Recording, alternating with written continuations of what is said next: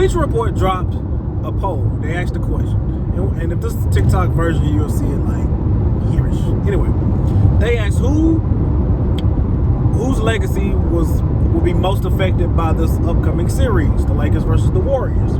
Would it be Stephen Curry or would it be LeBron James?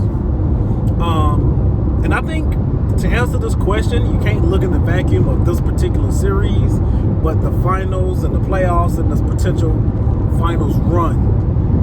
One will be continued, obviously, and one will be ended after the series ends. And I think the answer is pretty simple. The answer is Steph Curry. Here's why. With LeBron James, you got two buckets of people. People who think he's the GOAT and people who don't. If you think he's the GOAT, then he's signed, sealed, delivered. There's nothing more that you can do. That is the highest honor. Now, for those who don't think LeBron James is the GOAT, a lot of the reasons it comes to, because of his mentality. He doesn't have the Jordan mentality, the Mamba mentality, or his record in the finals. So even if he were to win the series and the Lakers go on, win the conference finals and eventually an NBA finals, his record would be what? 5-7, I believe. 5-7. And that wouldn't be enough to get him over the edge for those who think that he could potentially be the GOAT. Or for those who don't think he's the GOAT, that wouldn't make them then believe that he is now the GOAT. Now, for Stephen Curry. If Steph Curry wins the series and the Warriors win the series and they go on to win another championship, what does that mean? For Steph, a lot of people say he's already top 10. There's the argument of him being the best point guard ever. But if he wins and the Warriors win the series and go on to win back-to-back titles, he's stomping in top 5 category. Top 5 all time. Why? His resume at that point becomes great or greater. He's already the greatest shooter of all time. No debate. That he have 2 regular season MVPs. I'd imagine he'd have 2 finals MVPs, and the third we all agree that he probably should have got.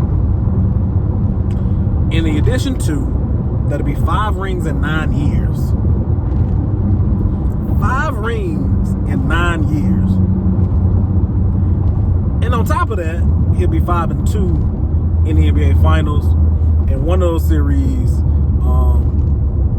series, Clay gets hurt, KD gets hurt. They're healthy. They blow them boys out the water.